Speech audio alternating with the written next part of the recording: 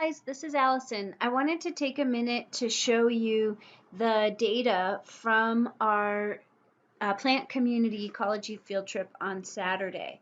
So I've done some analyses and they're all in this spreadsheet, which is available to you in Canvas. So you can mess around with it more if you want to. On this first tab, which is called Overstory All, I have the raw data. So here you can see the raw data from Eddy Creek, and this was just the quadrant or the quarter number and the meter number. This row has the species of tree. This row, or I'm sorry, this column has the distance from the center point to each of those trees. This column has the DBH in centimeters, and then this column has the calculated basal area. To calculate basal area, I used the diameter that you measured and converted that measurement to the area of a circle that represents that stem. So, and then down here, what I have is the mean distance.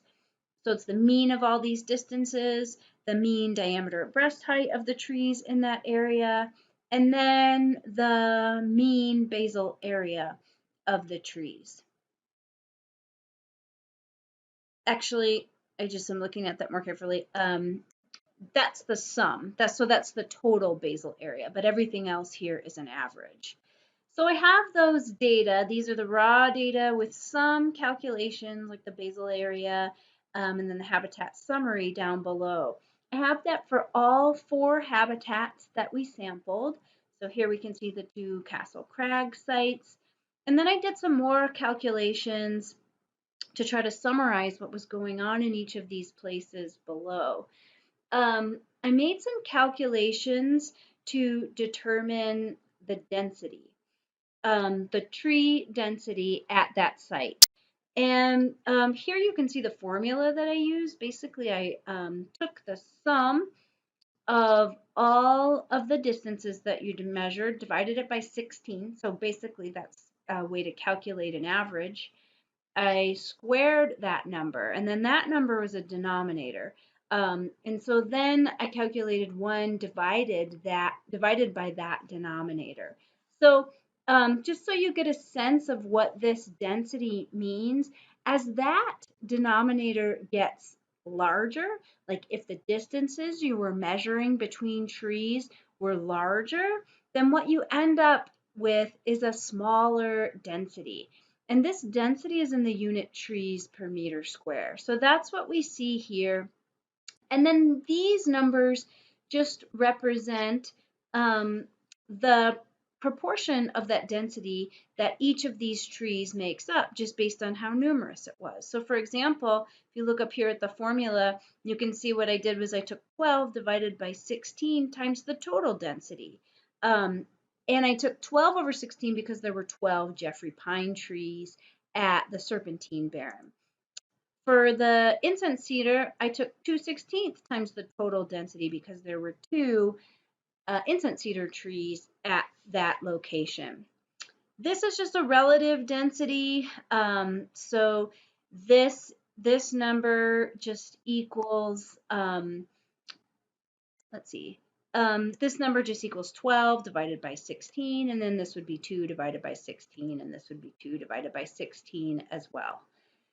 So this just shows, these numbers show basal area by species, and then these numbers just show relative basal area. So how much of the total basal area did Jeffrey pine make up? It made up 51%. And if you take a look, you can kind of see where those numbers came from, because 8,455 is about half of 16,378. So that's how I got those numbers, just by dividing each tree's portion or each tree's basal area divided by the total. So these are percents over here in the relative basal area column. I tried to just make this a little bit easier to read by cleaning things up and moving these into a table that looked a little bit better. So that's what you have on this second tab, which is called Overstory Summary. I got rid of all the raw data and then just tried to make this look better. I put the units in this table so that you know what the units are. It's going to be really important when you're communicating these results to use the correct units. So you might want to represent the data that you choose to talk about in your ecosystems report in a table like this. But remember, you're only going to compare 2 out of these 4.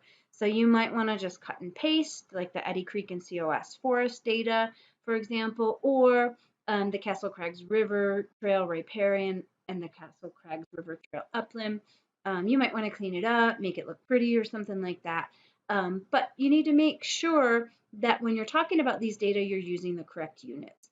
So this is basically the same thing that I walked through on the bottom of the Overstory All page, but in this case, I tried to clean it up a little bit. The last thing I wanted to show you was the data from the Understory. So on this third tab labeled Understory, you have information about the light levels. So that's what this row is. Should probably write that in there. You have information about the percent cover and the number of herbaceous plants, about the percent cover and the number of species of woody plants. And then over here, this is the total percent covered in the understory and the total species that were present. So those two values combine the cover of herbaceous and woody plants, or the total number of species of herbaceous and woody plants. On this row, what I averaged all of the numbers.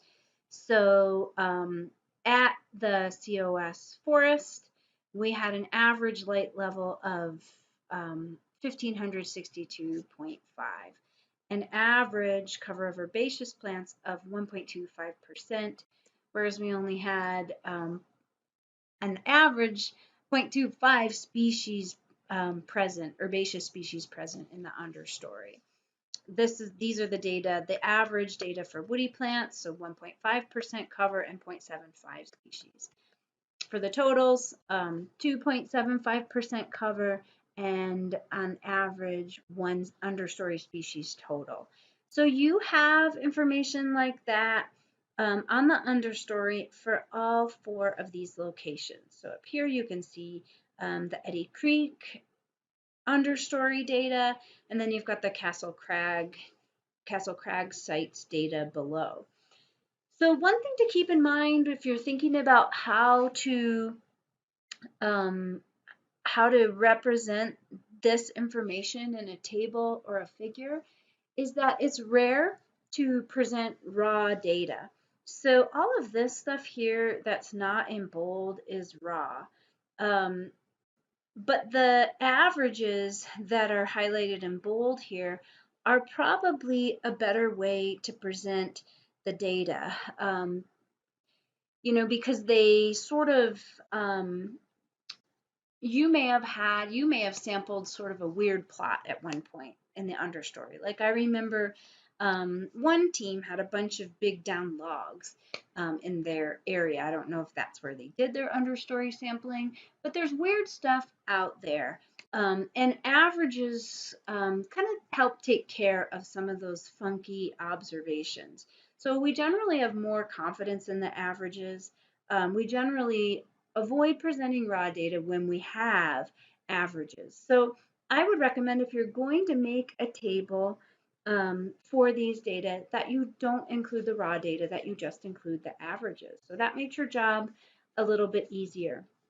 The other thing I would recommend is to go with tables rather than figures for these data, because there's so many variables here that it's difficult to graph. It's difficult, you can't get all these things in 1 or even 2 figures because there's so many different variables. We've got light, and then we've got a couple of different kinds of cover, and then we've got totals. So I think the best way to go about this is to just stick with the averages and to present the data in a table. Hopefully this helps you understand what our data look like so that you can dig into them and figure out how to clearly represent these results in both tables or figures and text in your lab report, and then challenge yourself to come up with some explanations for the patterns that we saw in the discussion of your lab report. And I look forward to reading it. Let me know if you have any questions, and feel free to use the discussion in this module if you want to ask questions to me that you think could be useful for other students to see as well. Okay, take care and stay healthy.